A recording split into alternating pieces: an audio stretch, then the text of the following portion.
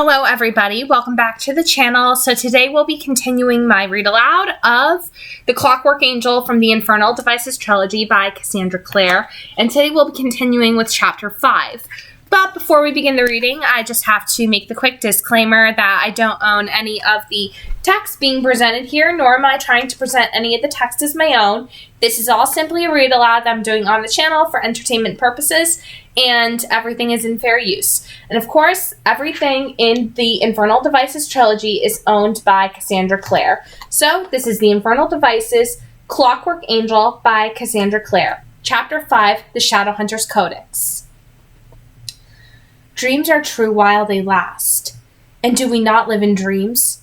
Alfred, Lord Tennyson, The Higher Pantheism. It took an age of wandering glumly from corridor to identical corridor before Tessa, by lucky chance, recognized a rip in yet another of the endless tapestries and realized that the door to her bedroom must be one of the ones lining that particular hallway. A few minutes of trial and error later, and she was gratefully shutting the correct door behind her and sliding the bolt home in the lock. The moment she was back in her nightgown and had slipped under the covers, she opened the Shadowhunters Codex and began to read. "You'll never understand us from reading a book," Will had said. But that wasn't the point, really. He didn't know what books meant to her, that books were symbols of truth and meaning, that this one acknowledged that she existed and that there were others like her in the world. Holding it in her hands made Tessa feel that everything that had happened to her in the past 6 weeks was real, more real even than living through it had been. Tessa learned from the Codex that all Shadowhunters descended from an archangel named Raziel, who had given the first of them a volume called the Grey Book, filled with the language of heaven, the black runic marks that covered the skin of trained Shadowhunters, such as Charlotte and Will. The marks were cut into their skin with a stylus-like tool called a stele, the odd pen-like object she'd seen Will use to draw on the door at the dark house. The marks provided Nephilim with all sorts of protection, healing, superhuman strength and speed, night vision, and even allowed them to hide themselves from mundane eyes with runes called glamours. But they were not a gift anyone could use. Cutting marks into the skin of a downworlder or human, or even a Shadowhunter who was too young or improperly trained, would be torturously painful and result in madness or death. The marks were not the only way they protected themselves. They wore tough, enchanted leather garments called gear when they went into battle. There were sketches of men in the gear of different countries. To Tessa's surprise, there were also sketches of women in long skirts and trousers, not bloomers, such as the sort she'd seen ridiculed in newspapers, but real men's trousers. Turning the page, she shook her head, wondering if Charlotte and Jessamine really wore such outlandish get-ups. The next pages were devoted to the other gifts Raziel had given the first Shadowhunters, powerful magical objects called the Mortal Instruments, and a home country, a tiny piece of land sliced out of what was then the Holy Roman Empire, surrounded with wardings so that mundanes could not enter it. It was called Idris. The lamp flickered low as Tessa read, her eyelids slipping lower and lower. Downworlders, she read, were supernatural creatures such as fairies, werewolves, vampires, and warlocks. In the case of vampires and werewolves, they were humans infected with demon disease. Fairies, on the other hand, were half demon and half angel, and therefore possessed both great beauty and an evil nature. But warlocks were the direct offspring of humans and demons. No wonder Charlotte had asked if both her parents were human. But they were, she thought, so I can't possibly be a warlock, thank God. She stared down at the illustration showing a tall man with shaggy hair, standing in the center of a pentagram chalked onto a stone floor. He looked completely normal, save for the fact that he had eyes with slit pupils like a cat's. Candles burned at each of the star's 5 points. The flames seemed to slide together, blurring as Tessa's own vision blurred in exhaustion. She closed her eyes and was instantly dreaming. In the dream, she danced through whirling smoke down a corridor lined with mirrors, and each mirror she passed showed her a different face. She could hear lovely, haunting music. It seemed to come from some distance away, and yet was all around. There was a man walking ahead of her, a boy really, slender and youthful, but Though she felt that she knew him, she could neither see his face nor recognize him. He might have been her brother, or Will, or someone else entirely. She followed, calling to him, but he receded down the corridor as if the smoke carried him with it. The music rose and rose to a crescendo, and Tessa woke, breathing hard, the book sliding off her lap as she sat up. The dream was gone, but the music remained, high and haunting and sweet. She made her way to the door and peered out into the hallway. The music was louder in the corridor. In fact, it was coming from the room across the hall. The door was ajar slightly, and notes seemed to pour through the opening like water through the narrow neck of a vase. A dressing gown hung on a hook by the door. Tessa drew it down and slipped it on over her nightclothes, stepping out into the hallway. As if in a dream, she crossed the corridor and put her hand gently to the door. It swung open under her touch. The room within was dark, lit only by moonlight. She saw that it was not unlike her own bedroom across the hall. The same large four-poster bed, the same dark, heavy furniture. The curtains had been pulled back from one tall window, and pale silver light poured into the room like a rain of needles. In the square patch of moonlight before the window, someone was standing. A boy. He seemed too slight to be a grown man, with a violin propped against his shoulder. His cheek rested against the instrument, and the bow sawed back and forth over the strings, ringing notes out of it, notes as fine and perfect as anything Tessa had ever heard. His eyes were closed. "Will?" he said, without opening his eyes or ceasing to play. "Will? Is that you?" Tessa said nothing. She could not bear to speak, to interrupt the music, but in a moment the boy broke it off himself, lowering his bow and opening his eyes with a frown. "Will?" he started, and then, seeing Tessa, his lips parted in surprise. "You're not Will?" He sounded curious, but not at all annoyed, despite the fact that Tessa had barged into his bedroom in the middle of the night and surprised him playing the violin in his nightclothes, or what Tessa assumed were his nightclothes. He wore a light, loose-fitting set of trousers and a collarless shirt, with a black silk dressing gown tied loosely over them. She had been right. He was young, probably the same age as Will, and the impression of youth was heightened by his slightness. He was tall but very slender, and disappearing below the collar of his shirt, she could see the curling edges of the black designs that she had earlier seen on Will's skin and on Charlotte's. She knew what they were called now.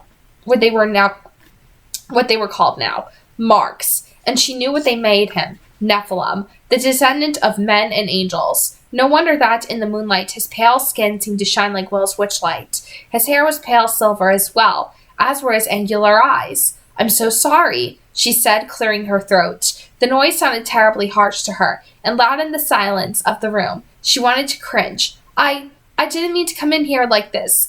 My room is across the hall, and that's all right." He lowered the violin from his shoulder. "You're Miss Grey, aren't you? The shape-changer girl.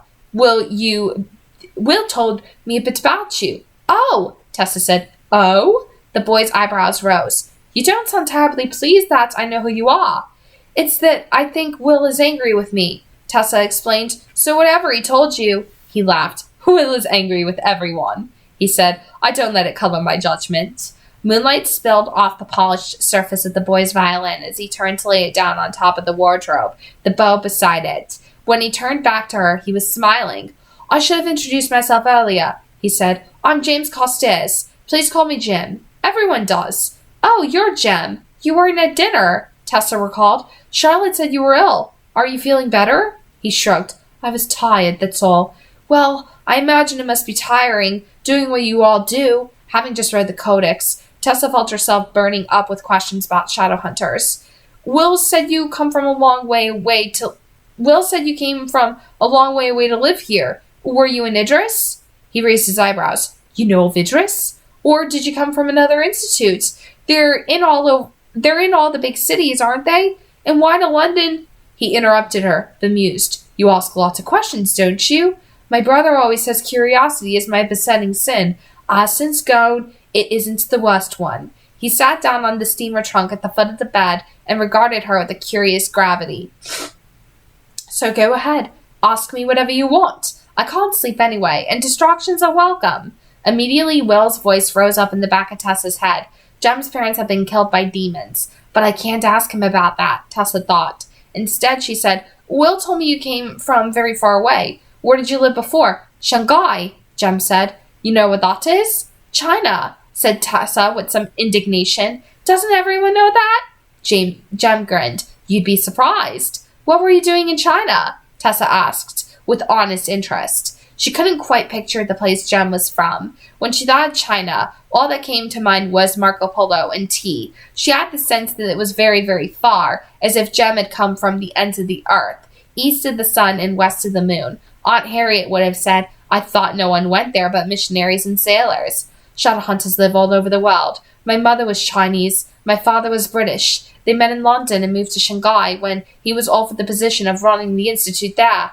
Tessa was startled. If Jem's mother had been Chinese, then so was he, wasn't he? She knew there were Chinese immigrants in New York. They mostly worked in laundries or sold hand-rolled cigars from stands on the streets. She had never seen one of them who looked anything like Jem, with his odd silvery hair and eyes. Perhaps it had something to do with him being a shadow hunter, but she couldn't think of a way to ask that.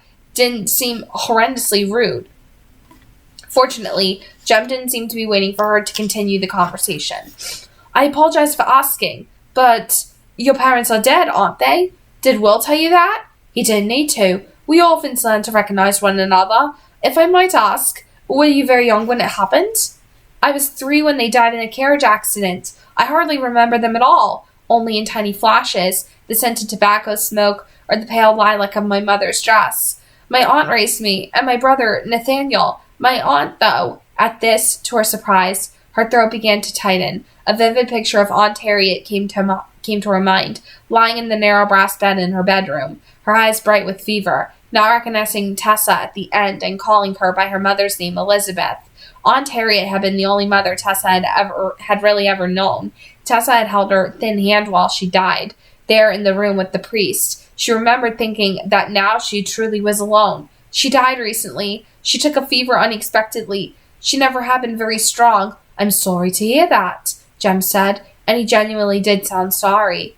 It was terrible because my brother was already gone by then. He'd left for England a month before. He'd even sent us back presents, tea from Fortnum and Mason, and chocolates. And then Aunt took sick and died, and I wrote to him over and over, but my letters came back. I was in despair, and then the ticket arrived, a ticket for a steamship to Southampton, and a note from Nate saying he'd meet me at the docks, that I must come live with him in London now that Aunt was gone, except now I don't think he ever wrote that note at all. Tessa broke off, her eyes stinging. I'm sorry, I'm wandering on. You don't need to hear all this. What sort of man is your brother?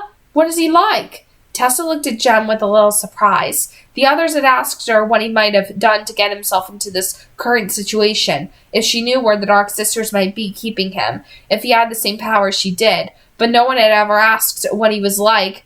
Aunt used to say he was a dreamer, she said. He always lived in his head. He never cared about how things were, only how they would be someday, when he had everything he wanted, when we had everything we wanted. She corrected herself. He used to gamble, I think because he couldn't imagine losing. It wasn't part of his dreams. Dreams can be dangerous things.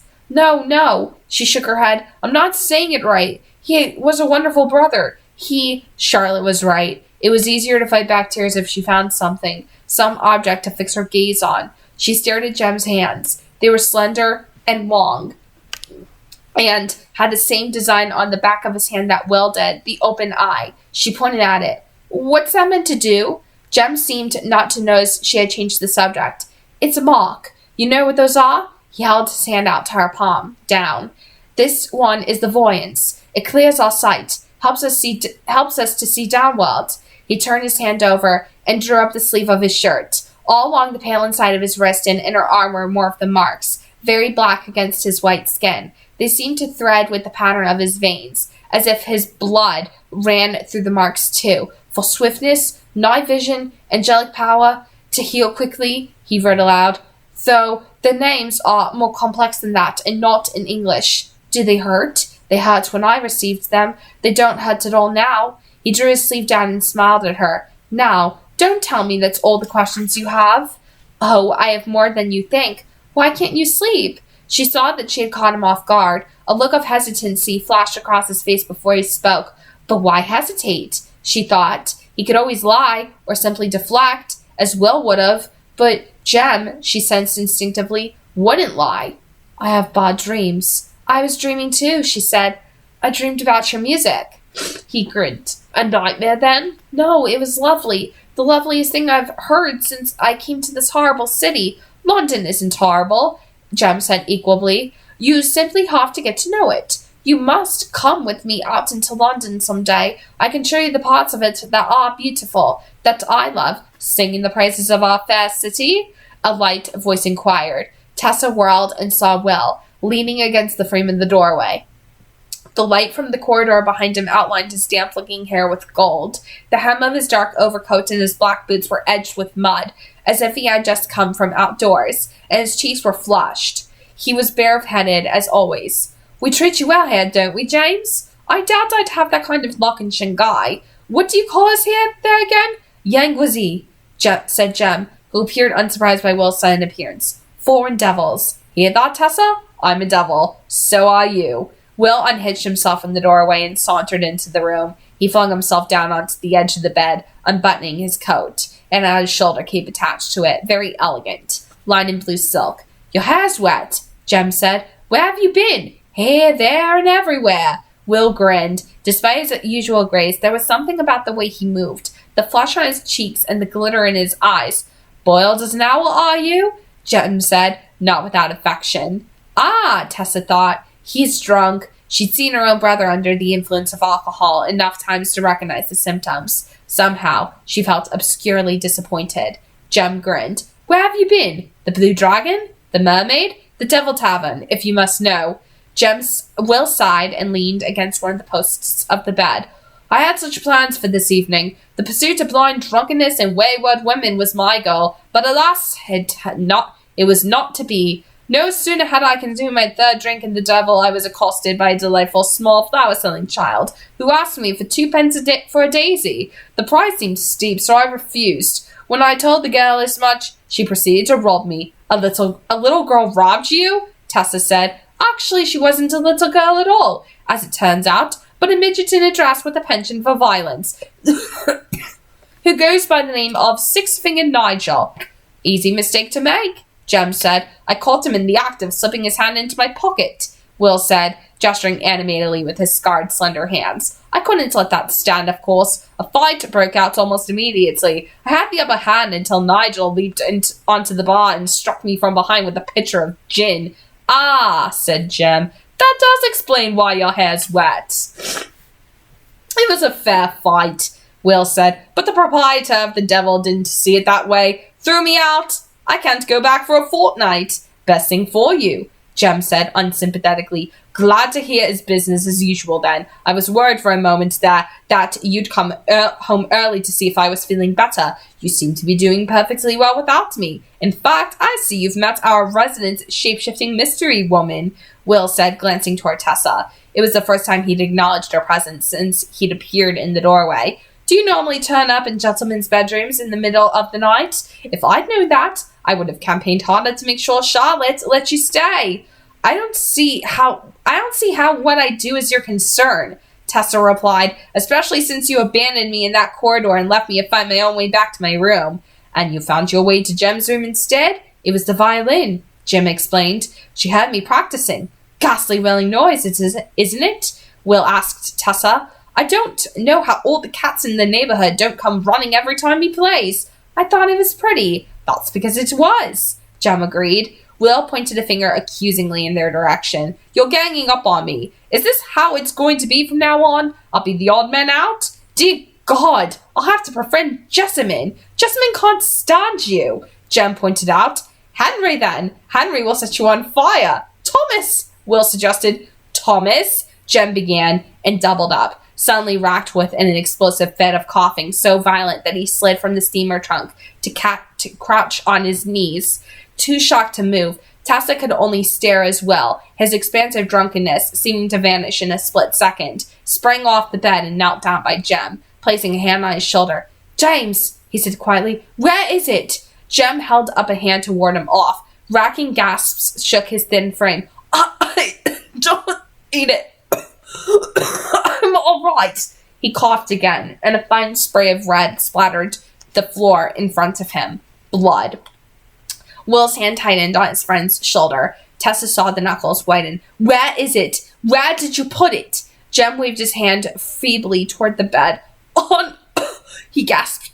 On the mantle, in the box, the silver one. I'll get it then. It was as gently as Tessa had ever heard Will say anything. Stay here, as if I'd go anywhere. Jem scrubbed the back of his hand across his mouth. It came away with red streaking the open eye mark. Standing up, Will turned and saw Tessa. For a moment he looked purely startled, as if he'd forgotten she was there at all. Will, she whispered, is there anything? Come with me. He catching her by the arm, Will marched her gently toward the open door. He thrust her out into the corridor, moving to block her view of the room. Good night, Tessa. But he's coughing blood, Tessa protested in a low voice. Perhaps I should get Charlotte. No. Will glanced over his shoulder, then back at Tessa. He leaned toward her, his hand on her shoulder.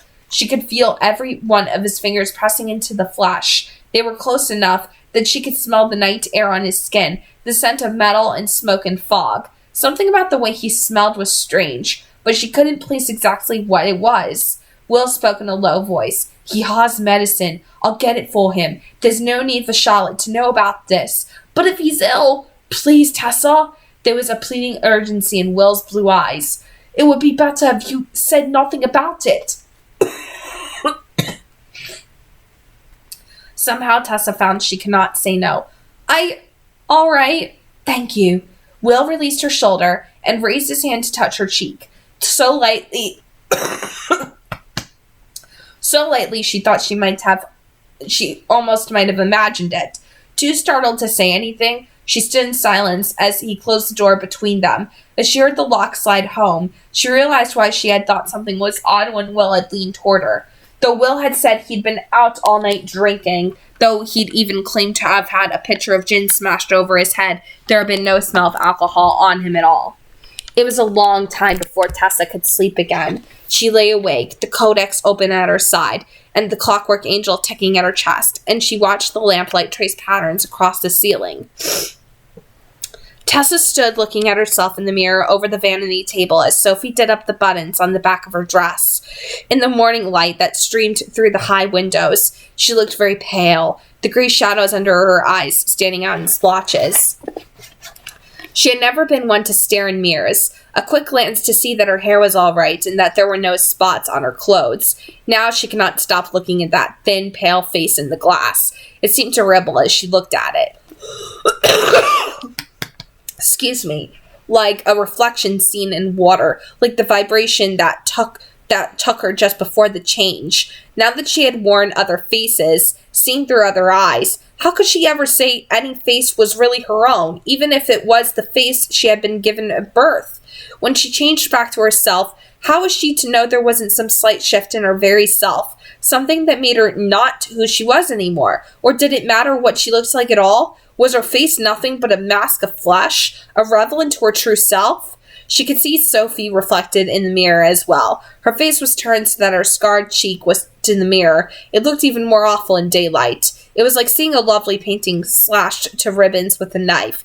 Tessa itched to ask her what had happened, but knew she shouldn't. Instead, she said, I'm much obliged to you for helping me with the dress.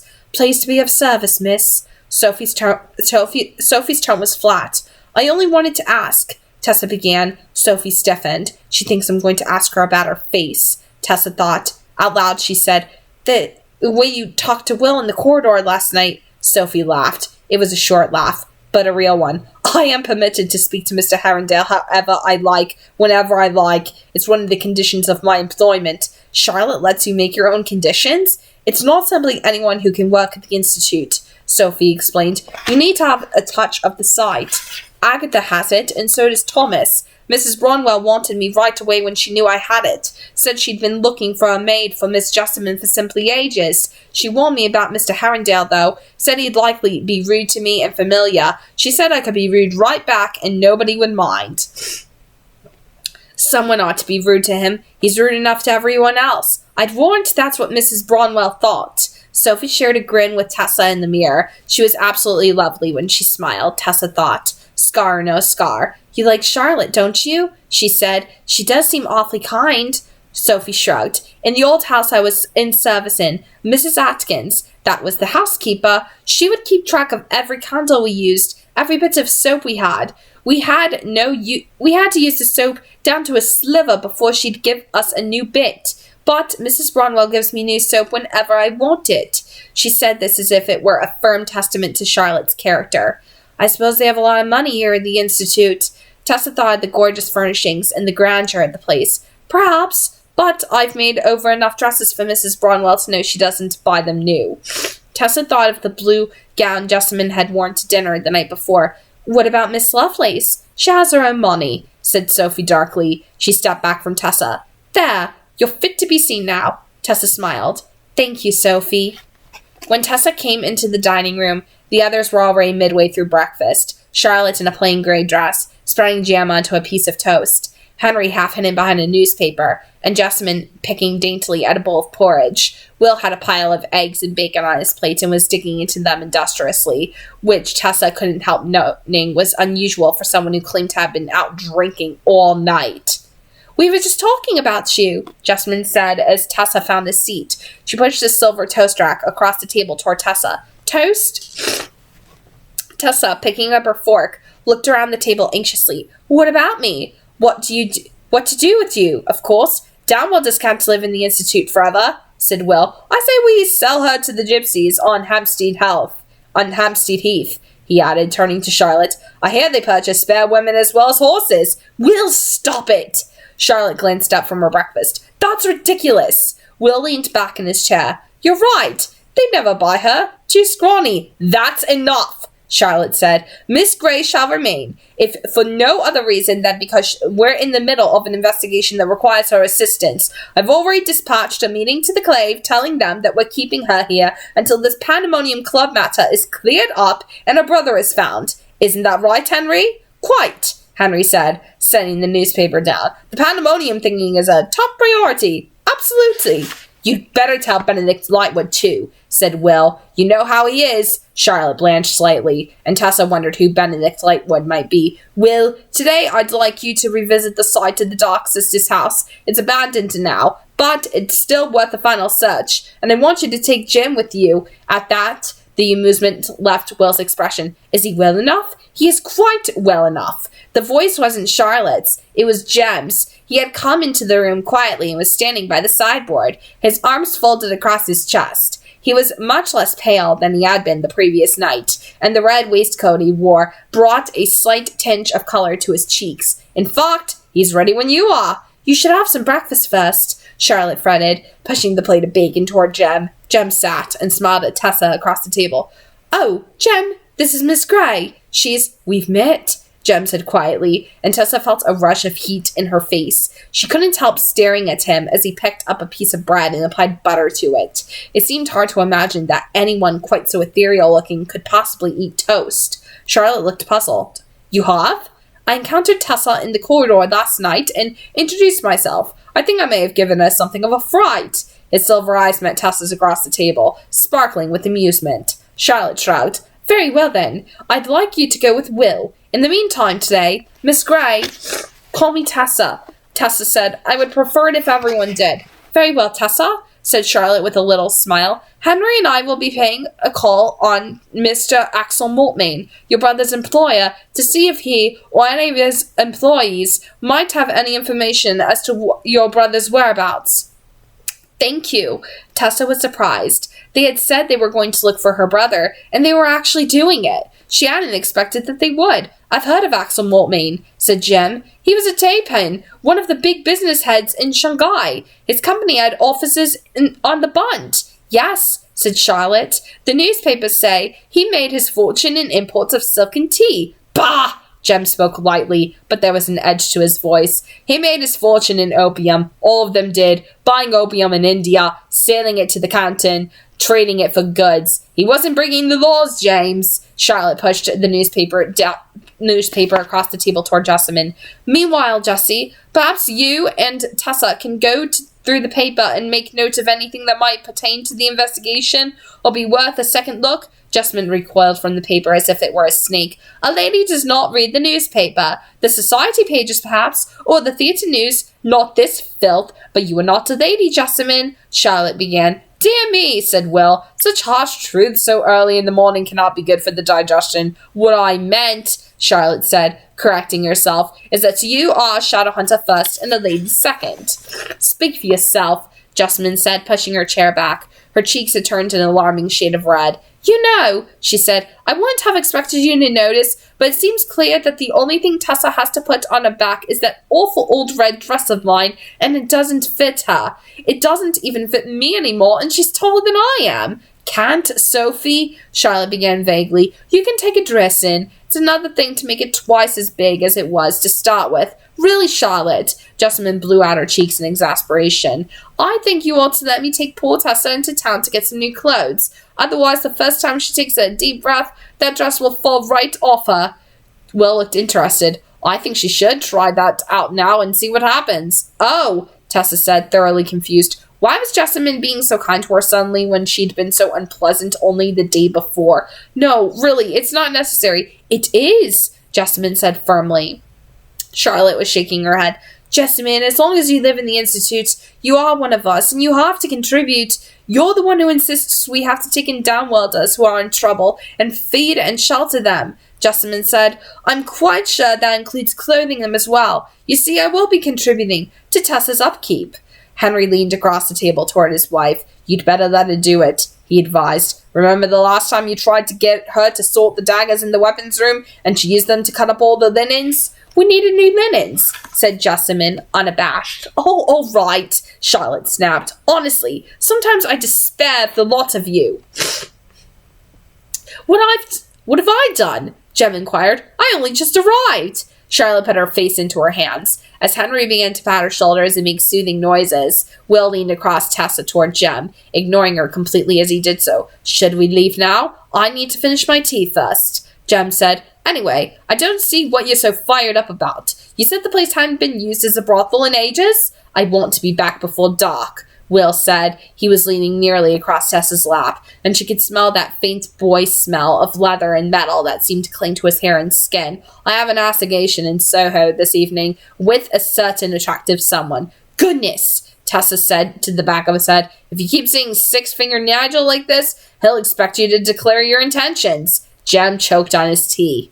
Spending the day with Jessamine began as badly as Tessa had feared. The traffic was dreadful. However crowded New York might have been, Tessa had never seen anything like the snarling mess of the Strand at midday. Carriages rolled side by side with costermongers' carts piled high with fruit and vegetables. Women shawled and carrying shallow baskets of flowers dived madly in and out of traffic as they tried to interest the occupants of various carriages in their wares. The cabs came to a full stop in the midst of traffic so that the cab drivers could scream at one another out their windows. The noise added to the already awesome din. Ice cream peddlers shouting, "Hokey pokey, penny a lump," newspaper boys hawking the day's latest headline, and someone somewhere playing a barrel organ. Tessa wondered how everyone living and working in London wasn't deaf.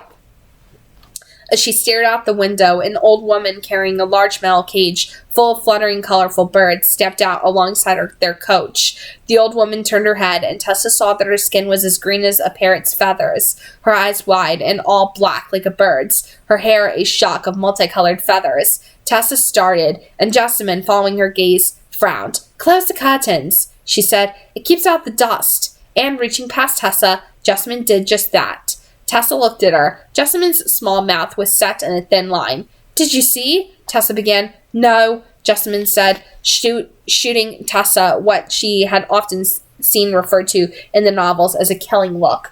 Tessa glanced hastily away.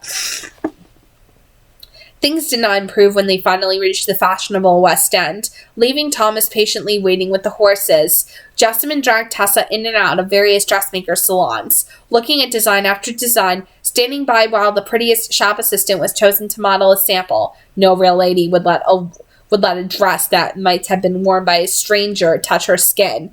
In each establishment, she gave a different false name and a different story. In each establishment, the owner seemed enchanted by her looks and obvious wealth and couldn't help her fast enough. Tessa, mostly ignored, lurked on the sidelines, half dead from boredom. In one salon, posing as a young widow, Jessamine even examined the design for a black morning dress of a crepe and lace. Tessa had to admit it would have set off her blonde pallor well.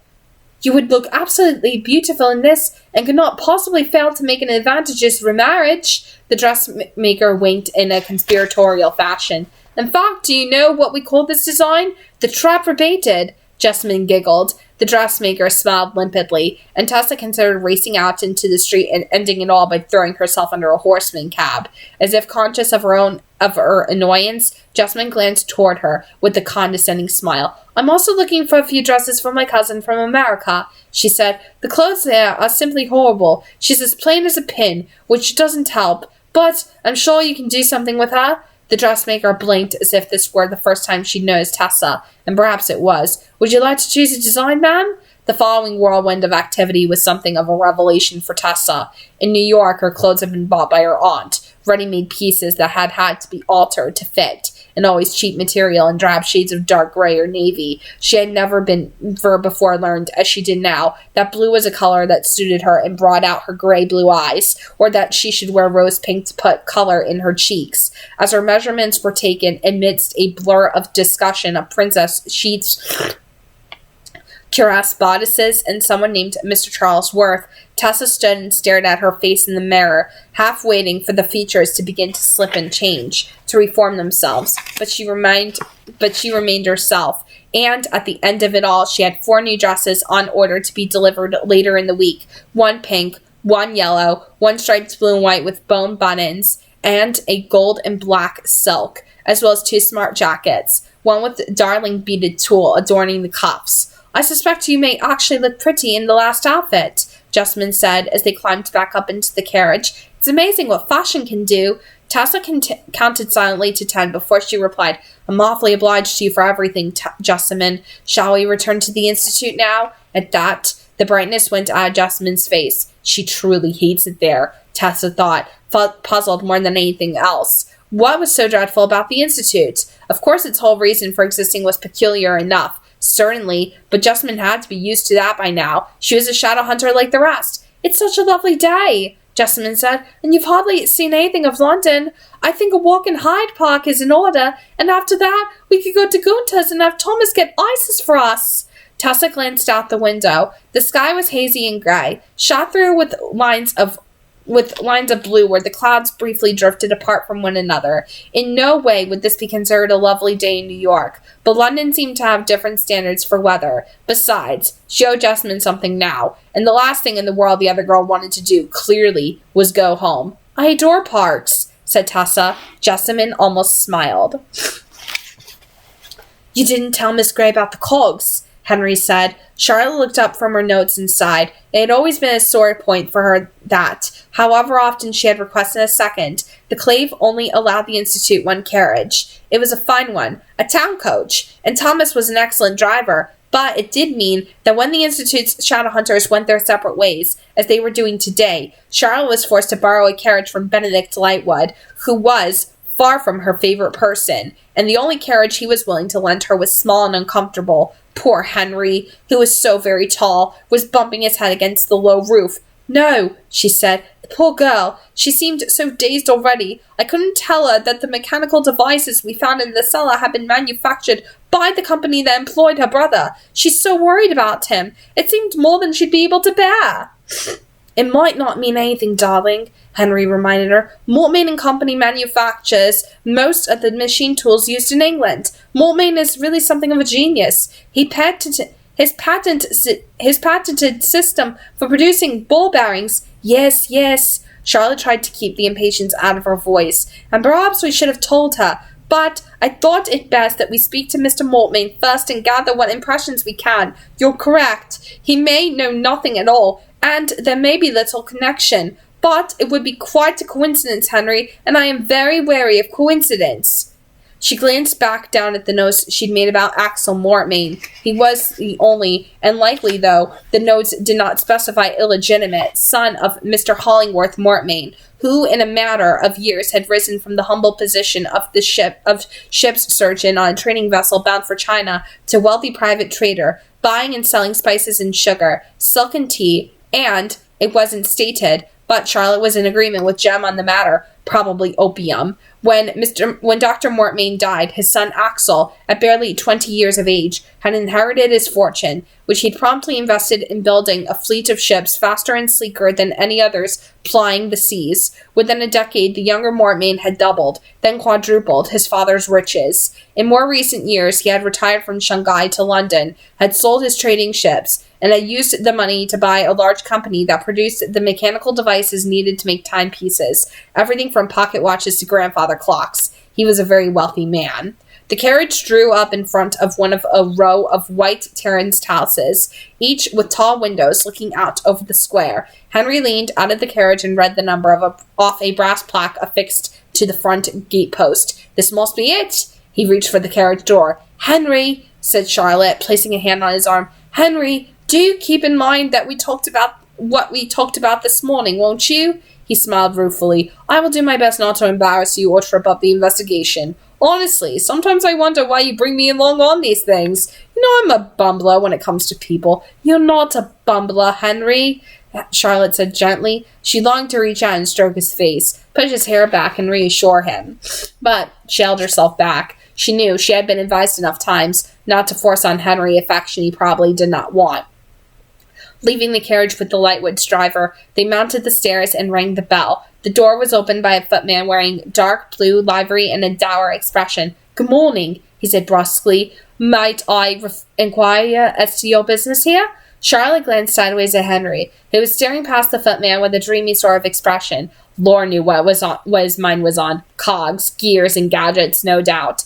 But it certainly wasn't on their present situation. With an inward sigh, she said, "I am Mrs. Gray, and this is my husband. Mr. Henry Gray was seeking a cousin of ours, a young man named Nathaniel Gray. We haven't heard from him in nearly 6 weeks. He is or was one of Mr. Mortmain's employees." For a moment, it might have been her imagination. She thought she saw something, a flicker of uneasiness, in the footman's eyes. "Mr. Mortmain owns quite a large company. You can't expect him to know the whereabouts of everyone who works for him. That would be impossible. Perhaps you should inquire with the police." Charlotte narrowed her eyes. Before they had left the Institute, she had traced the insides of her arms with persuasion runes. It was the rare mundane who was totally unsusceptible to their influence. "We have, but they don't seem to have progressed at all with the case. It's so dreadful, and was so concerned about Nate, you see. If we could see Mr. Mortmain for a moment." She relaxed as the footman nodded slowly. "I'll inform Mr. Mortmain of your visit," he said, stepping back to allow them inside. "Please wait in the vestibule." He looked startled, as if surprised by his own acquiescence. He swung the door wide, and Charlotte followed him in, Henry behind her. Though the footman failed to offer Charlotte a seat, a failure of politeness she attributed to the confusion brought on by the persuasion runes, he did take Henry's coat and hat, and Charlotte's wrap, before leaving the two of them to stare curiously around the entryway. The room was high-ceilinged, but not ornate. It was also absent the expected pastoral landscapes and family portraits. Instead, hanging from the ceiling were long silk banners painted with the Chinese characters for good luck, an Indian platter of hammered silver propped in one corner, and pen and ink sketches of famous landmarks lining the walls. Charlotte recognized Mount Kilimanjaro, the Egyptian pyramids, and Taj Mahal, and a second of China's Great Wall. Mortmain clearly was a man who traveled a great deal and was proud of the fact. Charlotte turned to look at Henry to see if he was observing what she was, but he was staring vaguely off toward the stairs, lost in his own mind again. Before she could say anything, the footman rematerialized, a pleasant smile on his face. "Please come this way."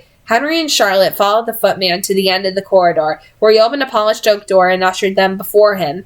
They found themselves in a grand study, with wide windows looking out onto the square. Dark green curtains were pulled back to let the light in, and through the window panes, Charlotte could see their borrowed carriage waiting for them at the curb, the horse with its head dipped into a nosebag, the driver reading a newspaper on his high seat. The green branches of trees moved to the other side of the street, an emerald canopy, but it was noiseless. The windows blocked all sound, and there was nothing audible in this room at all save the faint ticking of a wall clock with Mortmain and Company engraved on the face in gold. The furniture was dark, a heavy black-grained wood, and the walls were lined with animal heads, a tiger, an antelope, and a leopard, and more foreign landscapes. There was a gray mahogany desk in the center of the room, neatly arranged with stacks of paper, each pile weighed down with a heavy copper gear, a brass-bound globe bearing the legend, Wild Globe of the Earth with the latest discoveries, anchored one corner of the desk.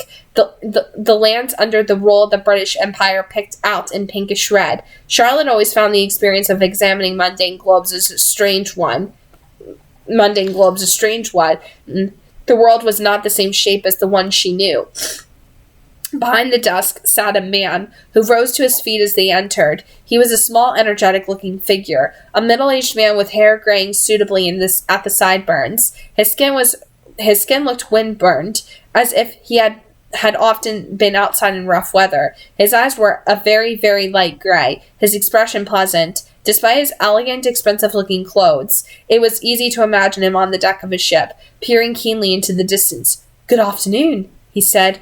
"Walker gave me to understand that you are looking for Mr. Nathaniel Gray?" "Yes," Henry said, to Charlotte's surprise. Henry rarely, if ever, took the lead in conversations with strangers. She wondered if it had anything to do with the intricate-looking blueprint on the desk. Henry was looking at it as yearningly as if it were food. We're cousins, you know. We do appreciate you taking this time to talk to us, Mr. Mortmain," Charlotte added hastily. "We know he was only an employee of yours. One of dozens." "Hundreds," said Mr. Mortmain. He had a pleasant baritone, which at the moment sounded very amused. "It is true I can't keep track of them all, but I do remember Mr. Gray, though I must say, if he ever mentioned that he had cousins who were Shadowhunters, I can't say I recall it."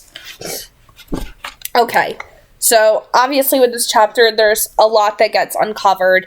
Jem is musically gifted, kind of like how Jace was. Jace was very musically gifted when it came to piano, but Jem's main musical gift is the violin. But obviously we're seeing the first signs of his sickness and the Yin Fen addiction. Like, if anybody has seen the Shadowhunters television show, they would know that Magnus has a very personal connection with Jem in particular, in that he had witnessed Jem deteriorate from being addicted to Yin Fen. He witnessed as it nearly took his life away, and we learn that that is part of the reason why Jem later on became Brother Zachariah, because it was the only thing that could possibly save him from fully dying from the Yin Fen. So that's a little tidbit there. The fact that his hair is silver and that his eyes are silver, that comes from the fact that he has Yin Fen, or rather vampire venom, in his system that he's extremely addicted to. And he's basically hooked up to pretty much the equivalent of what we consider the opioid crisis here in the United States, or is it opium? Yeah, opium crisis, where people got hooked up on pain medication for injuries that they ended up receiving or surgeries, but they would end up getting, an extremely strong dose of it to the point where they became addicted and they eventually ended up dying from overdose. And that's been a problem, I would say, since the 1990s. So the fact that it's still relevant even in the Victorian era is quite amazing to me. But what I do love, though, about this chapter in particular would be Jessamine. The fact that she and Isabel Lightwood have some similar mannerisms in that Izzy, is very fashion forward. She loves her clothes. I think that she and Jessamine would get along very well if the two were to ever meet. And considering Jessamine's last name is Lovelace, she's a direct descendant to George Lovelace, and George Lovelace was Simon Lewis's roommate at the Shadowhunter Academy before Simon became ascended as a Shadowhunter. And basically when Simon became ascended, he chose the Shadowhunter last name Lovelace as a way to honor George, who unfortunately ended up dying and sacrificing himself. So Simon's Shadowhunter name is Simon Lovelace. So that is a little connection there to the Lovelace family and Simon and George through Jessamine Lovelace. And then we see Henry and Charlotte have their own concerns that Axel Mortmain the cogs and the gears and everything that he developed are somehow connected to things that are happening with the Pandemonium Club and what was witnessed back at the Dark House in particular. And of course, Charlotte, she's very weary of coincidences. She has every single right to be, especially since Axel Mortmain is now telling her, I had no idea that Nate had cousins who were Nephilim. And of course, that right there is the big surprise. And of course, the more they uncover, the more they're going to find out. And it's not going to be pretty. I'm telling you that much. Oh my God, this is going to be, but I'm just waiting for the moment when they introduce the Lightwoods, because they do mention Benedict Lightwood and the fact that he and the Bronwells are not necessarily getting on very well at all whatsoever. So that's going to be a very interesting dynamic to look at between the Bronwells and the Lightwoods, and of course, that's also a bit of a nod.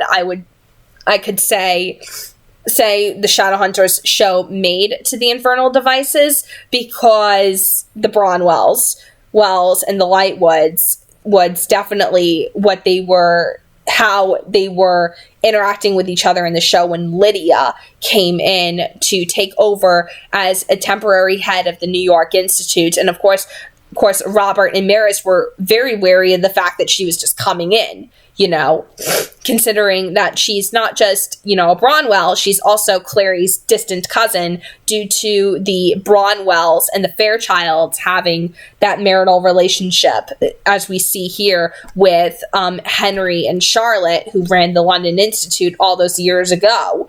And the fact that there was tension between Lydia and the Lightwood family when she took over as the Institute head at the time on the show, it really sort of goes back to that whole family rivalry that we saw in the Infernal Devices. So I could say that definitely this book pulled a lot of genius into the Shadowhunter show. So that was the reading of Chapter 5, and we'll be continuing soon enough with Chapter 6. So there you have it. If you guys are brand new to the channel, be sure to subscribe. Also, be sure to leave a like on it and comment down below and let me know your thoughts and opinions on Chapter 5. God bless, happy viewing, and have a nice day, everyone. See ya!